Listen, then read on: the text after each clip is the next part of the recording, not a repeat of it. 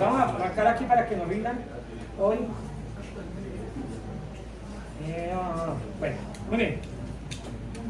Entonces, ya habiendo revisado ayer en las patologías, bueno, la patología más, diríamos, frecuente desde el punto de vista de la presentación en clínica, porque la verdad, como les digo muchachos, blefaritis ustedes van a ver a diestra y siniestra.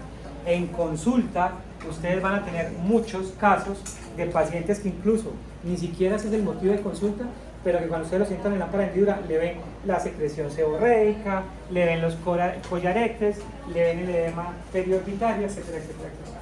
Entonces, por eso es tan importante que quede completamente claro la blefaritis y su clasificación. La verdad, eso no es tan complejo. Ya sabemos que existen tres tipos: anterior, posterior y mixta, que la anterior se clasifica en dos causantes: estafilocócica bacteriana y seborreica, pues por ácaros y por condición de producción de sebo. Mientras que la posterior, evidentemente, está asociada a una difusión de las glándulas de meibomio, que normalmente puede producir o seborrea de meibomio, que es esa espumita, o los collaretes por producción de grasa en el borde de las pestañas. Y la mixta, pues que es una mezcla de las dos. Y obviamente, cuando hablamos de mixta, hablamos es de anterior y posterior, ¿cierto? En algunos casos se puede presentar que un paciente tenga blefaritis anterior y tenga por estafilococo y tenga por sebo, ¿cierto? Eso no lo convierte en una blefaritis mixta, pero sí puede haber un paciente que tenga una blefaritis anterior estafilocócica y una blefaritis anterior seborreica, ¿sí? Eso puede pasar y eso es bueno. No, ahí se considera igual anterior, pero la clasificación sigue siendo la misma porque son los dos agentes causales, porque eso además es lo que va a determinar el tratamiento, ¿cierto? Porque si yo tengo una estafilocócica, pues evidentemente tengo que hacer el manejo con el antibiótico, y si tengo una seborreica, pues es más uno de medidas de cuidado, de higiene, de calor, aunque como vimos ayer, también el antibiótico puede ser útil en esos casos, porque también habíamos mencionado, y acuérdense con eso, acuérdense siempre, que aunque el acné no necesariamente es un proceso infeccioso, lo que más funciona para eso son los antibióticos. Entonces lo mismo sucede con la blefaritis seborreica, que tiene más o menos el mismo componente o el mismo proceso fisiopatológico del acné. Bueno muchachos, muy bien. Entonces, ya dejando atrás el tema de la blefaritis, que igual lo vamos a tocar más adelante en casos clínicos y demás, pues vamos a entrar en las otras enfermedades que se pueden presentar en los párpados, que pueden estar más de la mano de las alteraciones tanto anatómicas, congénitas y también adquiridas, tanto de los párpados, de los músculos de los párpados y de las pestañas. Entonces, primero como generalidades, y yo creo que aquí pues eso ya es un recorderis, todos sabemos que la función del párpado pues es muy amplia, ¿sí? Pues la primera sería de protección, obviamente es quien nos protege el globo ocular de factores externos, de caída de cuerpos extraños, del polvo, incluso nos protege cuando estamos durmiendo, etc. Pero además la función del parpadeo es obviamente esparcir la lágrima para que esa lágrima tenga todo su proceso normal, del ciclo normal de la lágrima, que acuérdense que es de temporal a nasal, así mismo se hace el cierre palpebral. El párpado se empieza a cerrar en la parte temporal y por último se cierra en la parte nasal, por eso la lágrima hace todo ese recorrido en ese sentido, ¿cierto? ¿Es una piel más delgada? Claro, por eso nosotros podemos coger el párpado arriba, el párpado de abajo. Esa piel, al ser más delgada, por eso alcanza a ser translúcida, sobre todo la del párpado inferior. Y cuando hay inflamación de la conjuntiva tarsal, pues alcanza a verse, y de ahí las famosas ojeras, que en los niños es muy característico cuando hay procesos alérgicos, ¿cierto? Entonces la alergia puede provocar ojeras que no necesariamente, bueno, las llamadas popularmente ojeras, que es básicamente el oscurecimiento en el borde palpebral por la inflamación que hay en la conjuntiva tarsal, que por ser esta piel tan delgada alcanza a ser translúcida. Es igual a todo el resto de la piel, entonces por eso le puede dar las mismas enfermedades que hay en la piel. Dermatitis, no sé si ustedes se han dado cuenta, pero los adultos mayores son muy susceptibles y tienden mucho a presentar dermatitis en los párpados, porque el lagrimeo, la resequedad, obliga a que ellos todo el tiempo estén con la toallita, con el pañito secándose, y al final uno los ve, sobre todo en los cantos, la piel toda enrojecida, con descamación, muy parecido al tema de las dermatitis. Y al ser poco adherida a los planos del ojo, pues es muy probable que ahí se acumule líquido. Por eso es que los párpados se inflaman tan fácil, ¿cierto? Se hinchan tan fácil, ayer lo mencionábamos, por ejemplo, cuando dormimos mucho. Pero también cuando se acumula líquido o empezamos a retener líquidos. Por ejemplo, en los pacientes con riesgo de patologías como hipertensión, cuando empiezan a presentar en sus primeros estadios hipertensión sin saberlo, ellos empiezan a retener contenido linfático, que todos sabemos que el linfático es un contenido del tejido conectivo que hace el mismo recorrido de la sangre, que básicamente es agua y plasma, que se empieza a acumular ¿en dónde? En las muñecas, en los tobillos y en los párpados. Entonces ahí es una forma también de identificar fácilmente que un paciente puede estar presentando hipertensión sin darse cuenta. Con respecto al párpado, pues a los músculos del párpado, pues todos sabemos que está el orbicular, ¿sí?, que básicamente está inervado por el nervio facial. Por eso cuando hay parálisis facial o cuando hay afectación del trigémino o del nervio facial, es muy común que los pacientes tengan tosis o se les caiga el párpado porque ese orbicular se ve afectado. Y el elevador del párpado, que también está inervado por el tercer par, motor ocular común, lo hace porque los movimientos oculares van de la mano del parpadeo. Entonces, si yo miro hacia arriba, automáticamente el párpado sube sin tener que hacer ningún otro movimiento, sin tener que hacer ninguna otra orden neurológica. Muy bien, más generalidades. El tarso, que es todo lo que hay del borde de las pestañas hasta el reborde orbitario y por la parte de atrás, desde el margen libre del párpado hasta el fondo del saco conjuntival, a eso se le conoce como tarso. Entonces tenemos dos tarsos, el del párpado superior y el del párpado inferior, siendo el superior más grande, 10 milímetros, y siendo el inferior la mitad, aproximadamente 5 milímetros. La pregunta que me hacían creo que hace 8 días, ¿cuántas glándulas de meibomio tenemos entonces arriba y abajo? En la parte superior tenemos en promedio de 30 a 40 glándulas de meibomio y en la parte inferior de 20 a 25. Sabiendo este número es que se puede calcular el porcentaje de pérdidas de glándulas de meibomio que tenemos los seres humanos, ¿cierto? Que como les decía yo, a las próximas semanas que veamos el tema de lágrima, pues vamos a ir todos a exámenes especiales para que nos hagamos la meibografía y asimismo el recuento de glándulas de meibomio y saber cuántas hemos perdido, ¿cierto? Nos vamos a poder llevar muchas sorpresas porque a veces a eso explica por qué con tanto porcentaje de pérdida de glándulas de meibomio mi BUT sea tan malo, ¿cierto? Y yo creo que ustedes en fisiología de la visión ya se dieron cuenta que la gran mayoría de ustedes el BUT está alterado. Bueno, entonces cuando lo hagan se van a dar cuenta que cuando parpadean en la gran mayoría de ustedes inmediatamente rompen. Mientras que con el Schirmer se pone la tirilla y en menos de 5 minutos ya la tienen completamente llena. El Schirmer se afecta menos y el BUT se afecta más. Entonces, este es el promedio de 30 a 40 glándulas en la parte de arriba y de 20 a 25 en la parte inferior. Y con respecto a las pestañas, están ubicadas, todos sabemos que en el borde palpebral es un pelo mucho más grueso que el capilar, que el pelo del cuero cabelludo. Obviamente todos sabemos que tienen función de protección para que no nos caiga polvo, ceniza, cuerpos extraños, partículas pequeñas, esquirlas, etc. Y que van de la mano de las glándulas de Seyss, que son encargadas también de lubricar y humectar las pestañas. Por eso la pestaña no es completamente seca, sino que tiene un recubrimiento que genera que estén húmedas todo el tiempo. Muy bien. Entonces, con respecto a las patologías del párpado, las podríamos clasificar, yo diría, de dos partes. Las que son congénitas y las que son adquiridas, ¿cierto?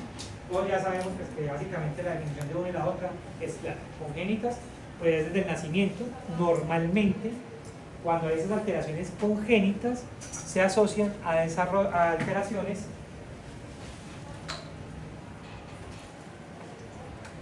teratogénicas.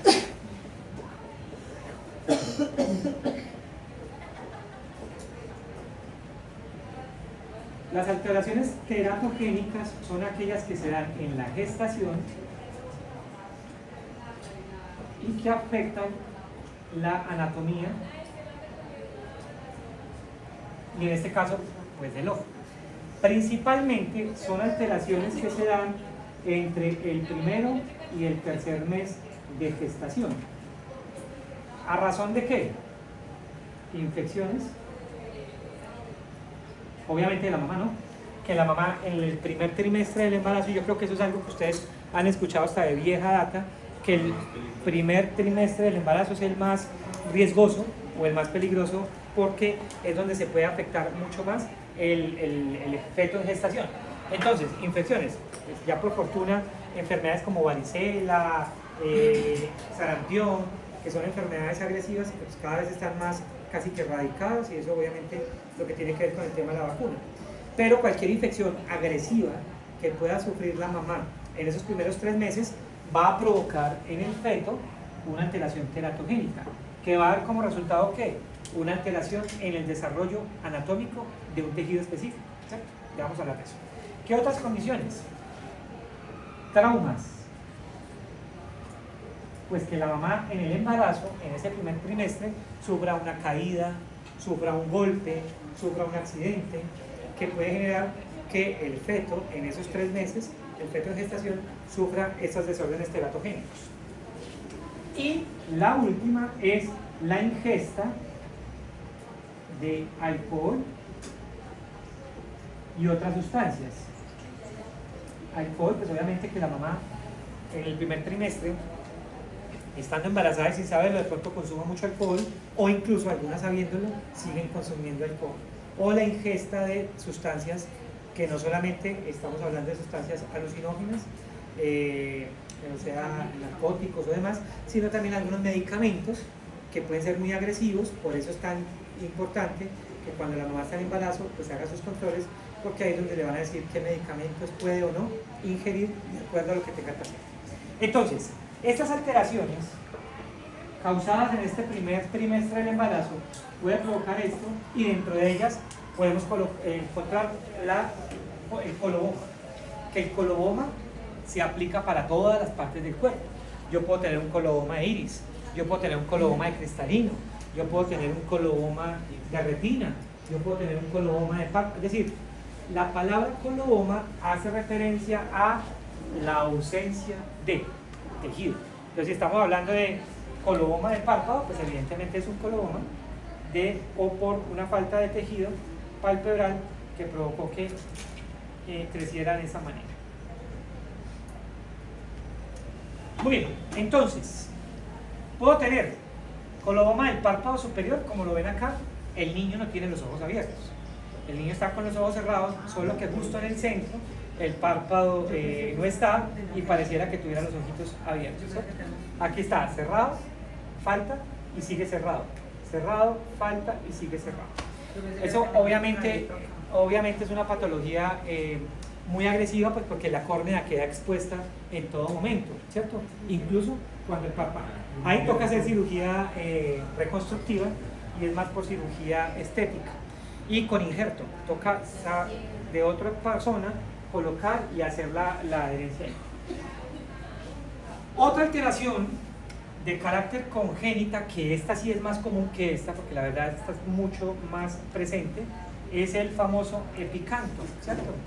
Que el epicanto pues no es otra cosa que cuando estamos con el paciente, normalmente los párpados de los seres humanos que son completamente abiertos para que no haya ningún inconveniente. Cuando hay epicanto, llama epicanto es a la alteración del párpado superior, que el pliegue es mucho más marcado por la inmadurez del tejido, porque acuérdense que cuando los niños nacen el puente nasal es más amplio, ¿cierto? Cuando nosotros vamos creciendo, este puente nasal se va estrechando, se va estirando este tejido y este epicanto desaparece, lo cual hace que es muy normal que muchos niños puedan tener epicanto y en la medida que van creciendo van desapareciendo. Pero hay muchos niños en que el epicanto se queda, ¿cierto? Queda de manera permanente y eso obliga a que toque estar como haciendo un seguimiento. Normalmente eso se asocia a ¿qué? Alteraciones del tejido conectivo, o sea, colágeno, que es lo que más abunda en el párpado. ¿Qué pasa con este epicanto, con este pliegue que se queda acá, ¿cierto? Que cuando los niños miran hacia un lado, dan la apariencia de una endotropia. Entonces es lo que lleva a consultar a los padres, más por la misma forma del párpado, por la entrada del ojo. Y eso se conoce como un pseudoestrabismo, es decir, un estrabismo falso, porque la posición del pliegue del párpado aquí da la apariencia de que el ojo entrará más, pero realmente es por este pliegue que ustedes ven acá, ¿cierto? Este que está aquí no debería estar acá, porque el párpado, mire que incluso tapa parte del párpado y las pestañas. Esto en los niños va desapareciendo. Cuando no desaparece y va creciendo, pues supone que es una alteración en el desarrollo de los niños. Puede ser en el desarrollo cráneoencefálico, es decir, que su cabecita no se va desarrollando, incluso puede tener alteraciones de carácter sindrómicas, por eso hay que estar como monitoreando mucho en los pacientes eso. Entonces, ese epicanto, como definición, es un pliegue de forma semilunar, ¿cierto? En cada lado de la nariz, de manera cóncava, ¿sí? Si es deformante, ¿qué quiere decir eso? Si es traccional, es decir, si es tensionante, pues toca hacer con cirugía reconstructiva, cirugía estética, para solucionar ese proceso, ¿sí? Muy bien.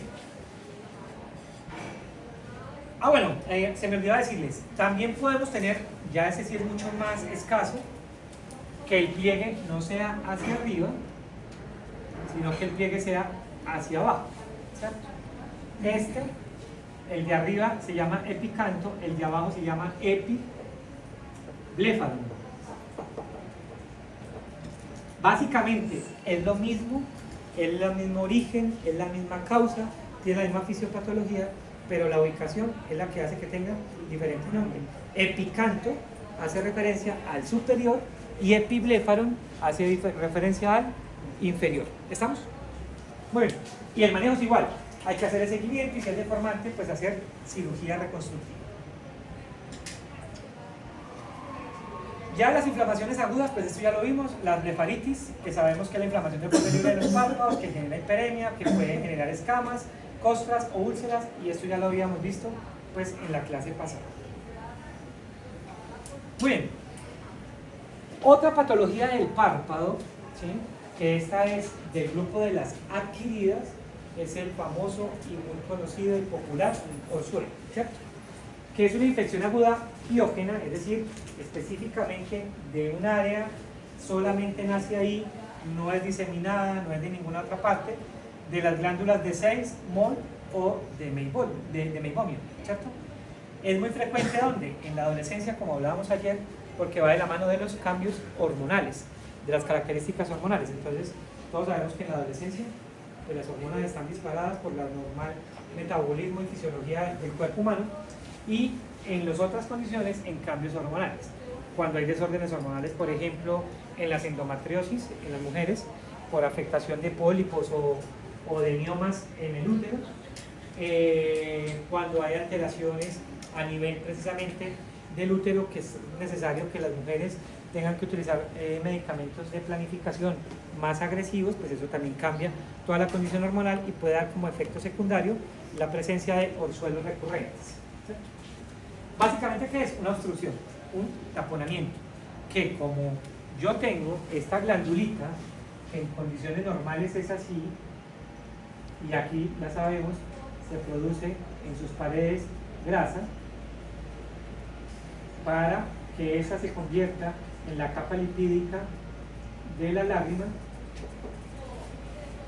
cuando por una afectación aquí en la entrada, que puede ser por condiciones extrínsecas o por la misma producción de eso, esa grasita aquí se empieza a acumular. Y como esto es caliente, es grasa, pues se vuelve un caldo de cultivo ¿para quién? Para las bacterias que hay acá. Se infecta, empieza a volverse la tumefacción, el enrojecimiento, que genera el dolor, la molestia en los pacientes. ¿Sí? Por eso se conoce como una tumefacción eritematosa de característica dolorosa. Entonces, podemos tener dos tipos de orzuelo, externo e interno.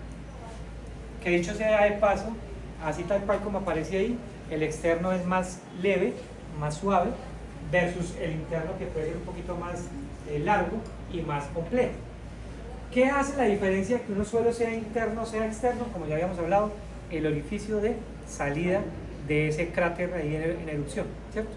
Si ese orificio de salida es visible, que puede estar tanto en la conjuntiva tarsal como en el borde del párpado, pues ese es un suelo externo que puede incluso solito drenar. Por eso, ya habíamos hablado en alguna oportunidad de eso también, el calor local es el mejor tratamiento y el mejor manejo de un suelo. Póngale calor varias veces al día, pañitos, las bolsitas de té, todo el tiempo, y solito puede ir drenando y desaparecer. Eso sí, no estirpar, no presionar nada. Y en un suelo interno, obviamente es mucho más difícil que drene solito, porque está taponado su orificio de salida, a veces está hacia adentro o hacia abajo. Es decir, puede estar el orificio de salida hacia acá, y si está el orificio de salida acá, eso que está en contacto con la grasa orbitaria, por eso es más complejo de manejar.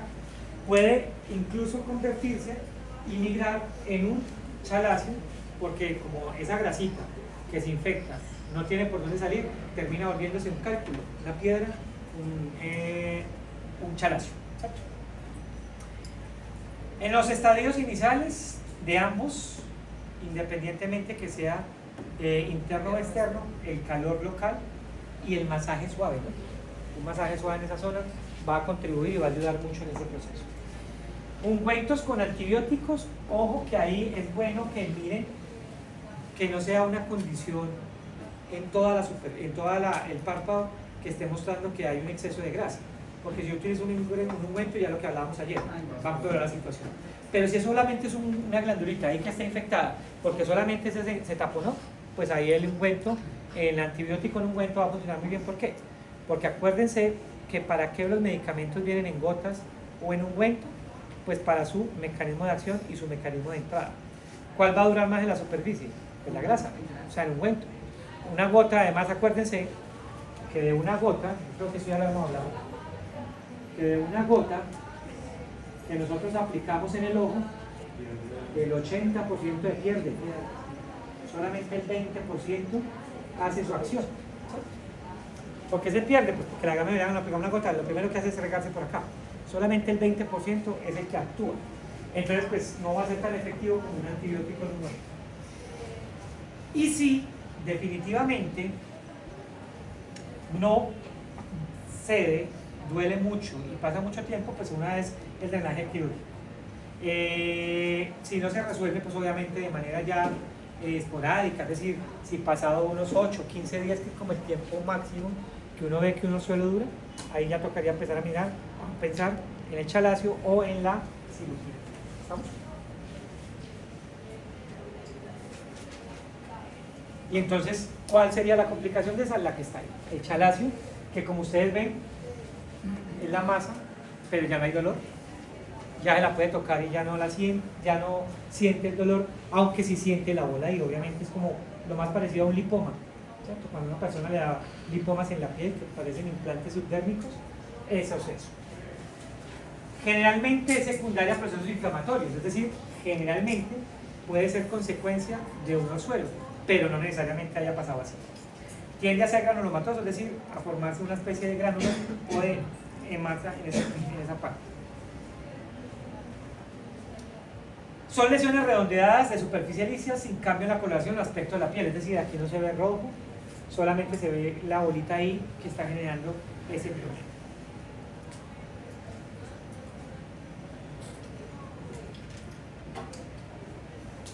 Cuando uno hace la eversión, como la masa genera presión, eso se ve más blanquito, o sea, cambia la coloración y se ve la protrusión.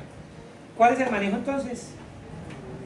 Si el paciente ha pasado muchos meses, años, y en vez de ir desapareciendo, como dice aquí que a veces sin tratamiento quita, o ir disminuyendo, pues el manejo es quirúrgico, que como ustedes ven acá, aquí está esa rayita roja, es la incisión, se hace una pequeña incisión con bisturí y se saca el quiste o se saca la piedrita con material quirúrgico. Y así mismo se hace una sutura leve o chiquita. La verdad eso es ambulatorio incluso.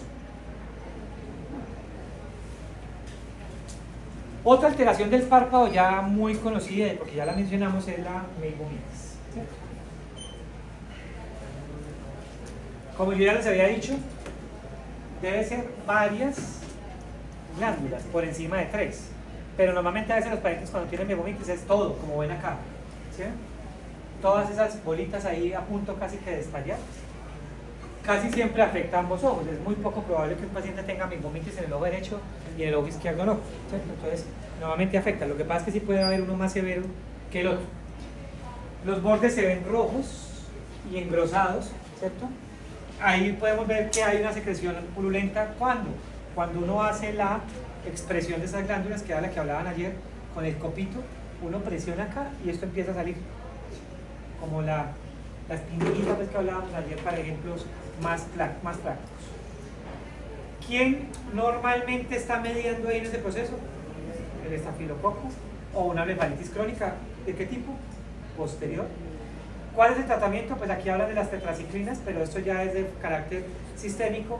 Acuérdense que para nosotros es de carácter tópico. Antibióticos de carácter tópico, entre ellos ¿cuál? La citromicina, que es el más útil para esos casos. Y el masaje, vuelve y juega ¿con qué? Con calor.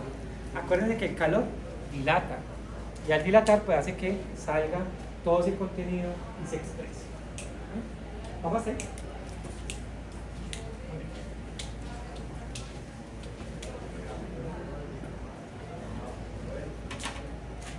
Las otras patologías que ya son tanto de carácter adquirido como de carácter congénito son las de la posición de los párpados. Y básicamente tenemos dos. Entropion, que es el párpado invertido, es decir, el párpado hacia adentro. Y el ectropion, que es el párpado evertido, es decir, el párpado hacia afuera. ¿Sí? Entonces básicamente podemos tener dos tipos de alteración de la posición del párpado, que es el párpado hacia adentro, el entropion, el cual es molesto porque ¿qué pasa? Lo que hablamos ayer, las pestañas generan roce sobre la córnea, y el párpado hacia afuera también puede ser molesto básicamente por dos razones. Uno, porque genera el lagoftalmos, que es como ese acúmulo de lágrimas que se hace en esa zona, y dos, porque deja expuesta la conjuntiva, terminando la conjuntiva queratinizándose, es decir, se vuelve seca, cuando debería estar completamente húmeda. Muy bien, entonces el primero, el entrópion. Pues básicamente lo que dice ahí, produce las erosiones, ¿por qué? Pues por la córnea, se va afectada por las pestañas. El parpadeo hace que cada rato el roce provoque que incluso pueda terminar en una úlcera corneal. Todo el tiempo el paciente va a tener una sensación de cuerpo extraño, una fotofobia y un lagrimeo por la afectación que tiene la córnea como tal. Como yo les decía, puede ser congénito o puede ser involutivo. Congénito, pues básicamente es la normalidad en el desarrollo de los párpados, lo que hablábamos aquí, por una alteración cualquiera de estas. Hay que hacer el diagnóstico diferencial con el epibléfaro, ¿sí? Porque básicamente este epibléfaro, pues pareciera que el párpado se ve hacia adentro por el pliegue que se ve tan templado aquí. Un alto porcentaje se corrige en los primeros meses, es decir, en la etapa infantil, cuando el niño nace, con el párpado tan templado y pareciera que se fuera hacia adentro, en la medida en que ellos van creciendo, como este puente nasal se va ampliando, va perdiendo esa tensión que hay ahí y hace que el paciente mejore. Y así se quedan, ya lo que hablamos ahora, pues ¿qué toca hacer ahí? Cirugía. ¿Cierto? Y el involutivo, que también se conoce como senil, pues yo creo que ahí el nombre lo dice, ¿cierto? ¿Entonces por qué? Por la edad. Un paciente que cuando obviamente se afecta con el tiempo, las fibras de colágeno se oxida, tanto la parte de la piel como el párpado, hace que ese párpado, la laxitud, se debilite, los músculos se debilitan, entonces los retractores del párpado hacen como si alaran y el párpado se va hacia adentro. Este es más común que este. ¿Y ahí se puede hacer algo?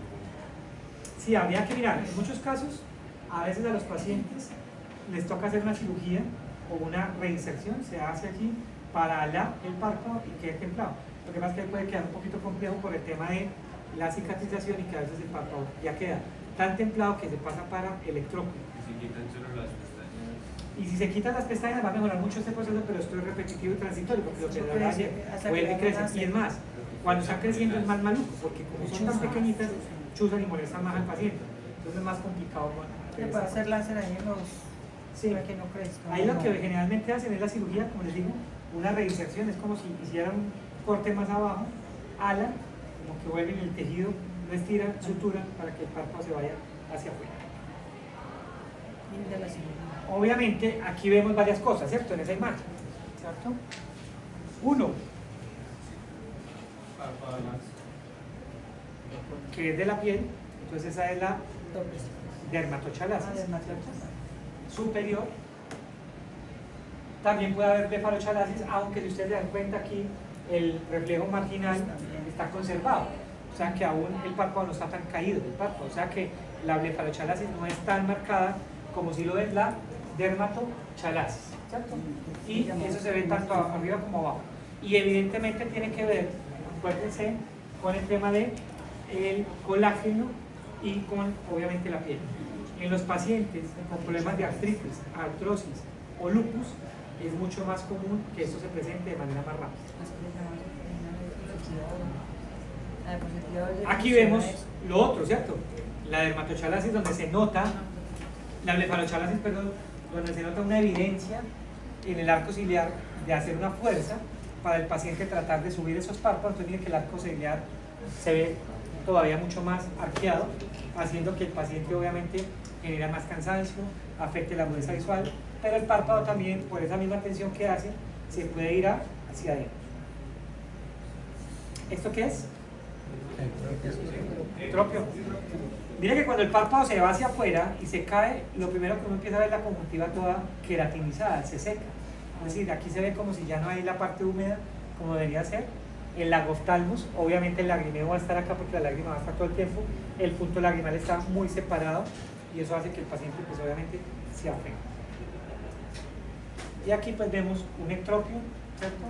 Vemos dermatochalasis, vemos ectropion acá. Aquí tenemos casi los dos pasos. En este vemos en un ojo el párpado hacia adentro, mientras que el otro está el párpado caído. Muy bien. Entonces, continuando con el entropion, que es hacia adentro, hay uno que es cicatricial, que como su nombre lo dice, pues es derivado o secundario a una cicatriz, a una cirugía, a un trauma, que cuando empieza a cicatrizar, tracciona y hace que el párpado se vaya hacia adentro. Ahí el tratamiento, pues obviamente es quirúrgico para la reconstrucción. Y existe otro que se llama el entropion espástico, ¿cierto? A veces los pacientes, sobre todo los adultos mayores, cuando sufren úlceras corneales o alteraciones en la córnea que le generan mucha sensibilidad, como respuesta evitan parpadear, ¿cierto? Entonces hacen de manera voluntaria un espasmo del párpado, ¿cierto? A eso se conoce espasmo o entropion espástico. Como el párpado no lo vuelve a cerrar como medida de protección, porque el parpadear a él le molesta y le duele, entonces él se queda así para evitar que eso le pase o sentir el cuerpo extraño allí, entonces se genera el músculo como una contractura y hace que se vaya hacia adentro, ¿cierto? Entonces, como les decía, por un proceso inflamatorio corneal o conjuntival. Como les digo, hay muchos pacientes que por la edad o por alteraciones en la córnea terminan haciendo úlceras corneales. Entonces el medio de defensa del paciente es eso. ¿Cuál es el tratamiento de los pacientes? Colocar lentes de contacto terapéuticos para que ya no lo sienta nada y el párpado lo pueda hacer normal, ¿cierto? Y el ectropion, que es la otra entidad, el otro cuadro clínico, que es el párpado hacia afuera, ese ya a nivel congénito es más común, menos común, perdón, porque pues no es tan común encontrar un niño con esa debilidad en los músculos o en el párpado. Profe, cuando es el entropion congénito, ¿cómo hace la cantidad de superficie ocular? Pues para que no lo tenga de pronto úlceras. Hay varias cosas. La ventaja es que, por ejemplo, en la etapa infantil y en la etapa del nacimiento, el nivel de pestañas es mínimo y las pestañas son supremamente delgadas. Entonces a veces no molestan tanto. No, ahí lo que toca es hacer el manejo, como les decía ahí, esperar porque ellos van a ir evolucionando y va desapareciendo. Como decía ahí, en la gran mayoría desaparece solito. Hay que hacer un seguimiento mientras la córnea no se afecte y como la gran mayoría de ellos se la pasan dormidos, entonces no van a hacer ese roce, no les va a molestar mucho. Hay que hacer el seguimiento, ¿cierto? Pero pues no es tan común tampoco, como les decía, es más común el involutivo. Y este sí que mucho menos. O sea, es muy poco probable que ustedes vean un niño recién nacido con los párpados caídos. Muy poco probable porque pues eso hablaría de una debilidad de los músculos y el párpado que no sé.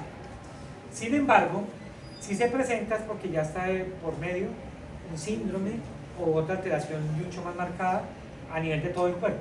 El tratamiento, pues obviamente toca ser quirúrgico de entrada. El involutivo, que este sí es muy común, más común incluso que el anterior en el involutivo, es por la edad, ¿cierto?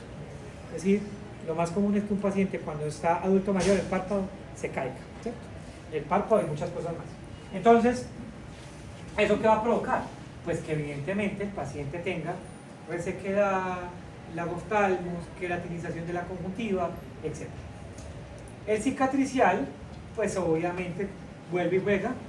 Una herida en el pómulo, cuando cicatrizó o cerró la herida tanto que hizo que el párpado se fuera hacia abajo.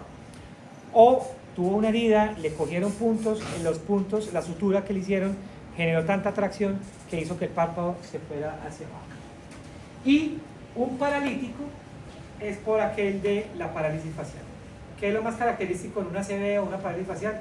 Que media cara de valla se caiga, entonces la comisura labial, el párpado genera tosis, que hay que hacer la diferenciación entre una y la otra. Entre esta, que es la tosis, ¿cierto? Como está acá, que básicamente ahí de entrada, pues uno lo que ve es que primero es unilateral, ¿cierto? Pero puede ser de ambos ojos. Sin embargo, ahí ya es más fácil de identificarlo porque no está asociado a nada de lo que hablamos anteriormente, sino que ya es más una alteración o de carácter miogénica o de carácter sinkinética, que ya vamos a decir a ver qué cada una es. La primera, miogénica, a nivel del músculo una falla, y generalmente es o por la inervación en la placa neuromotora. Acuérdense cuando en los tejidos ustedes vieron neurona con músculo, hay una afectación que tiene que ver incluso con la mielina, o por una alteración específicamente del elevador del párpado, es decir, del tercer párpado. ¿Qué hace uno que aquí? Que el surco palpebral, como está acá, este surco palpebral esté atenuado o ausente. Entonces aquí se ve claramente que se cae el párpado y se pierde esa apertura del párpado, o esto que se llama surco. Aquí ya no está, obviamente el párpado va a estar caído. No, bueno, el manejo. Sí, eso sí. Habría que mirar, dependiendo de la causa, se puede manejar con cirugía. Lo que pasa es que la gran mayoría de ellos, como es de origen neurológico, pues no es tan fácil, ¿cierto? Porque ya es una causa neurológica. Mira que me llegó una paciente a la óptica que decía que tenía vértigo. Y cuando hizo el examen no tenía reacción en la pupila. Pues es síndrome de Horner, que genera sin reacción en la pupila, caída del párpado y No tenía anidrosis. caída del párpado, ya estaba normal. Solamente que no tenía ni idea si no hacía tanto movimiento. Y tenía vértigo, ya sea que se parece, se mareaba y se mareaba.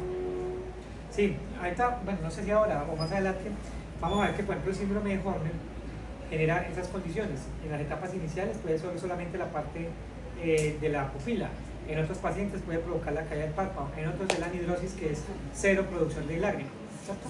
Y a veces se está con... Y la otra es con alteración de la carótida. La tosis sinkinética es básicamente el fenómeno de Marcus-Gunn, que yo creo que sí lo han escuchado ustedes. El fenómeno de Marcus-Gunn es por una conexión aberrante, es decir, a nivel de las conexiones de los pares craneales van y hacen conexiones de manera aberrante, es decir, errada. Van y se conectan donde no deberían.